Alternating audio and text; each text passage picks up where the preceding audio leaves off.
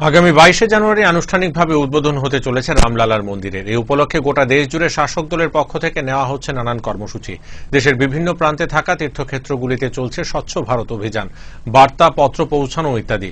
তাছাড়া এই রামলালার মন্দির প্রতিষ্ঠানকে কেন্দ্র করে প্রতি ঘরে ঘরে 5টি করে প্রদীপ জ্বালানোর আহ্বান রয়েছে দেশের প্রধানমন্ত্রী নরেন্দ্র মোদীর পক্ষ থেকে। প্রধানমন্ত্রী সেই আহ্বানে সাড়া দিয়ে বৃহস্পতিবার প্রদেশ বিজেপি সভানেত্রী এবং এলাকার কর্পোরেটরের উপস্থিতিতে 6 আগরতলা বিধানসভা কেন্দ্রে অনুষ্ঠিত হল প্রদীপ বিতরণ কর্মসূচি।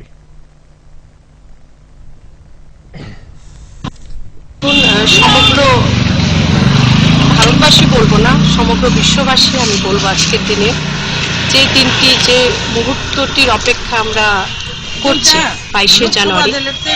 আমরা প্রত্যেকে জানি যে ভারতবর্ষের যশস্বী প্রধানমন্ত্রী নরেন্দ্র মোদীজির হাত ধরে সেদিন রামলালা আবার ওনার নিবাসে ফিরে যাচ্ছে এবং যেটা অপেক্ষা ছিল প্রত্যেক সনাতনী ভারতবাসীর, যে সরজু নদীর তটে রামলালার একটা দিব্য ভব্য মন্দির, সে নির্মাণ কাজ শেষও হয়ে গেল এবং রামলালার প্রাণ প্রতিষ্ঠা সেদিন হতে চলেছে 22 জানুয়ারি।